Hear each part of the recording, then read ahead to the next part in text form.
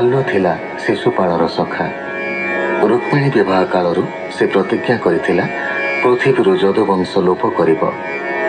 ए मध्यरे से शिवं को पूजी सौभ नामक एक माया विमान लाभ करिछि। विमानटी प्रकृतरे हेउछि एक स्वयंचारी नगरी। पूर्व वैर स्मरण पूर्वक मित्र मृत्युरे क्रोधान्वित हुई रामकृष्ण अनुपस्थित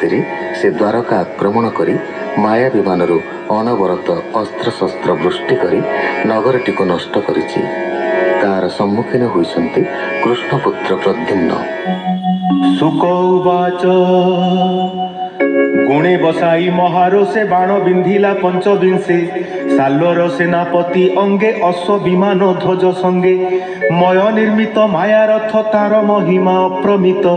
निज सैन्यंकु दिशे एक रिपुंकु दिशहि अनेक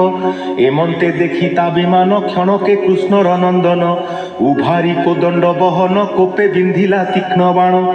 जदुवीरंक बाण घाए रथे पड़िला साल्व मोहे माया विमान शून्य पथे कृष्ण कुमरे भूमि गते। द्युमन नामे महाबली रुक्मिणी सुत पासे मिली रुक्मिणी सुत वक्षस्थले प्रहार कला भुज बले गर्जई करी महारोष सबदे कंपे दश दिश गदा प्रहारे कृष्ण बला विमाने पड़ी मोह गला देखी ताहार मोहगत तक्षणे दारुकर सुत संग्राम छाड़ी रथ बाही युद्धर धर्म से जानई संग्राम हुड़ी पलाइला केतेक दूरे विश्रामिला प्रद्युम्न पड़िथिला मोहे शीत पवन लागी देहे तक्षणे पाइला जीवन चाहिला सारथी बदन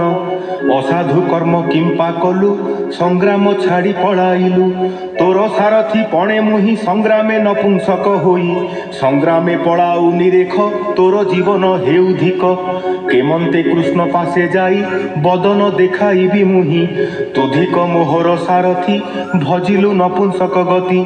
किंपा छाड़िलु रणभूई अर्ध योजने रथ बाही कहन कर मने भ्रांति ता शुणी बोलई सारथी शुणह कृष्णर कुमर संग्राम धर्म ए मोहर रथिर मोह जेबे देखी सारथी संग्राम उपेक्षी केते हे दूरे रथ धरी रथी जीवन स्थिर करी पुण समरे बाहे रथ ए धर्म सारथींक मत एहा जे न जानी रहंती रथी सारथी नाश जानती स्वर्गे बसई रथी एके सारथी पड़ई नरके एणु मु कली निज धर्म जेणु तू गदाघाते भ्रम कहई विप्र जगन्नाथ सारथी वाक्ये कृष्ण सुत बोलई बाह बेगे रथ आज नासिबी रिपुजुथ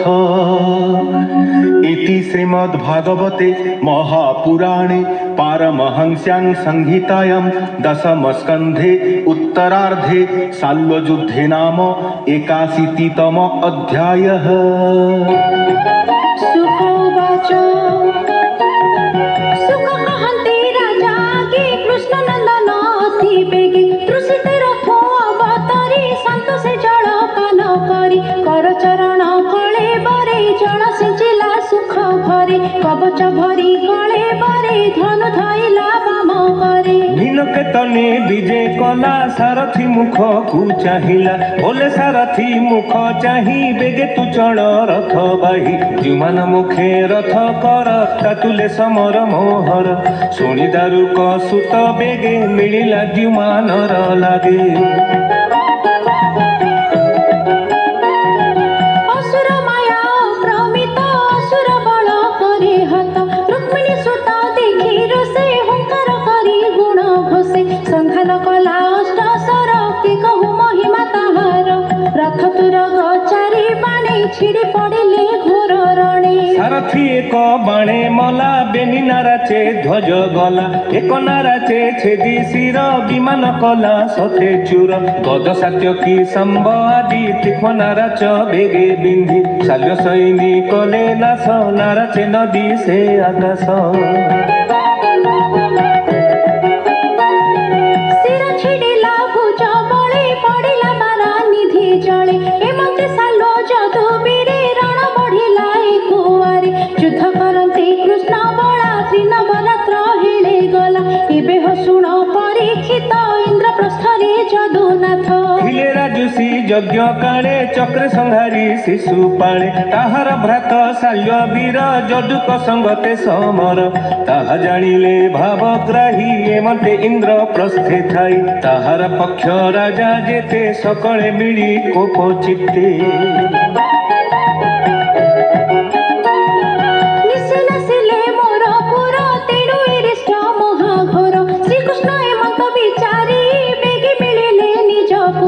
ଦେଖିଲେ ପ୍ରଜାଙ୍କ କଷଣ ପୁତ୍ରେ କରନ୍ତି ଘୋର ରଣ ରାମଙ୍କୁ ରଖି ନିଜ ପୁରେ ଗୋବିନ୍ଦ ସାଜିଲେ ସମରେ ଦାରୁ କେରାଇ ବନ ମାଳି ବୋଲନ୍ତି ବେନି ଭୁଜ ତୋଳି ତୁ ଯେବେ ସାରଥି ମୋହର ସାଲ ନିକଟେ ରଥ କର ଉଭୟ ବଳ ମଧ୍ୟରେ ରଥ ସାଲ ଦେଖିଲା ଯଦୁନାଥ ସ୍ୱଭାବହୀନ ବଳ ପ୍ରାଣ ମାୟା ପ୍ରକାଶେ ଗୋରୁ ଟାଣ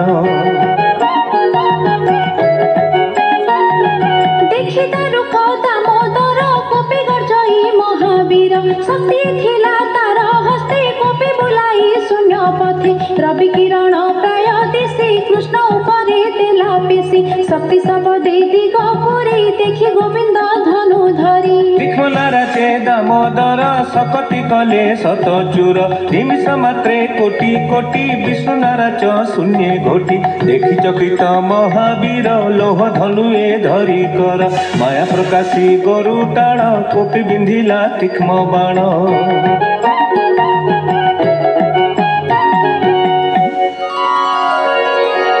ତକ୍ଷଣୀ କୃଷ୍ଣ ବାମ ମୁଷ୍ଟି ଧନୁ ସହିତେ ଗଲା ଫୁଟି କରନ୍ତି ହାହାକାର ବାଣୀ ସାଲୋ ବୋଲୋଇ ତାହା ଶୁଣି ରେ ମୂଢ଼ ଶୁଣ ମୋର ବାଣୀ ମୋମିତ ପରିଲା ରୁକ୍ମିଣୀ ମଙ୍ଗଳ ଶୁଭ ଲଗ୍ନ ବେଳେ ସେ କନ୍ୟା ନେଇ ଅଛୁ ବଳେ ସଭାର ମଧ୍ୟ ବିଶ୍ୱାସ ଶିଶୁପାଳକୁ କଲୁ ନାଶ ଏବେ ପଡ଼ିଲୁ ମୋର ମୁଖେ ସମର କର ଆତ୍ମା ସୁଖେ ଦେଖ ମୋ ନାରାଜ ପ୍ରଚଣ୍ଡ ଏଥେ କାଟିବି ତୋର ମୁଣ୍ଡ ଅଜେୟ ବୋଲାଉ ଜଗତେ ଆଜ ପଡ଼ିଲୁ ମୋ ଅଗ୍ରତେ ହେମନ୍ତ ତାର ବାକ୍ୟ ଶୁଣି ହସି ବୋଲନ୍ତି ଚକ୍ରପାଣି ଆତ୍ମ ପ୍ରଶଂସା ଯେ କରନ୍ତି ସେ ପ୍ରାଣୀ ନରକେ ପଡ଼ନ୍ତି ହେମନ୍ତ କହୁ କହୁ ହରି ଦକ୍ଷିଣ ଭୁଜେ ଗଦା ଧରି ଉଠି ତାହାର ରଥ ଦଣ୍ଡେ ଗଦା ପ୍ରହାର କଲେ ମୁଣ୍ଡେ ଶବଦ ଶୁଭେ ମହାଘୋର ବଦନୁ ଗଳଇ ରୁଧିର ଦେଖନ୍ତି ପ୍ରଭୁ ଭଗବାନ ସାଲ ହୋଇଲା ଅନ୍ତର୍ଧାନ ହେମନ୍ତେ ଗଲା ଦଣ୍ଡଚାରୀ ମାୟା ପୁରୁଷ ରୂପ ଧରି ବେগে ମିଳିଲା କୃଷ୍ଣ ପାଶେ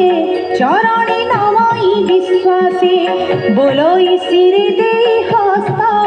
ଦେବକୀ ଦେବୀର ମଧୁତ কণ্ঠ কুণ্ঠিতে বাক্য কহে বেনি লোচন অশ্রু বহে।